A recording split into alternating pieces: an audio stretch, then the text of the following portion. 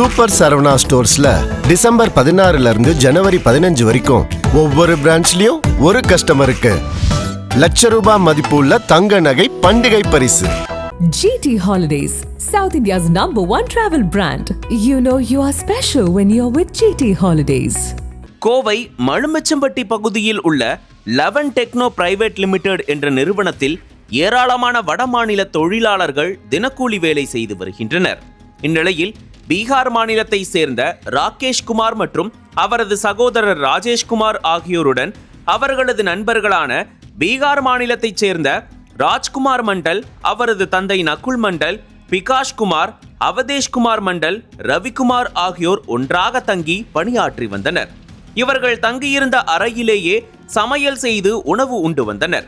ஆனால் சாப்பாடு சிலருக்கு போதுமான அளவு கிடைக்காமல் பற்றாக்குறை ஏற்பட்டு வந்ததாக கூறப்படுகிறது.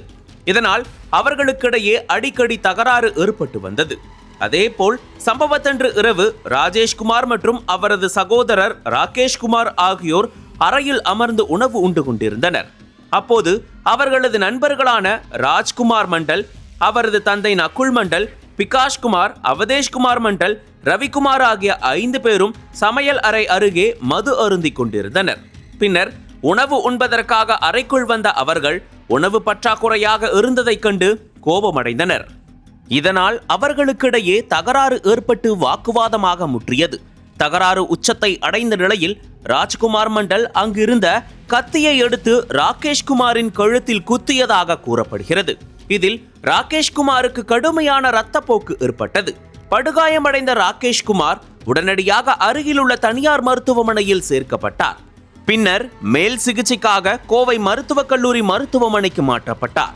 அங்கு சிகிச்சை பெற்று வந்த நிலையில் சிகிச்சை பலனின்றி அவர் உயிரிழந்தார்.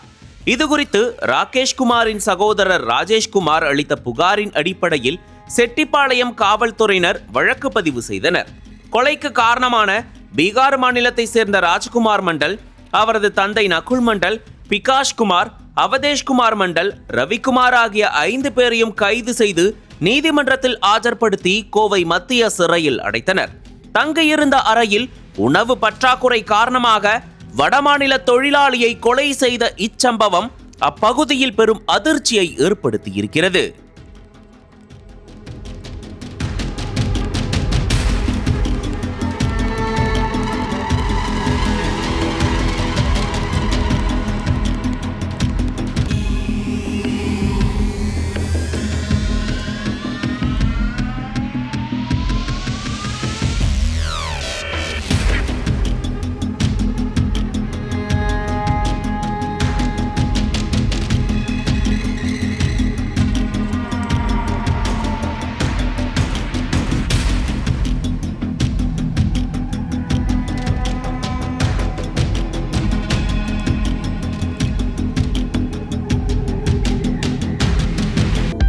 அனல் பறக்கும் செய்திகளை அப்டேட் செய்து கொள்ள நக்கீரன் களத்தை இப்பவே சப்ஸ்கிரைப் பண்ணுங்க.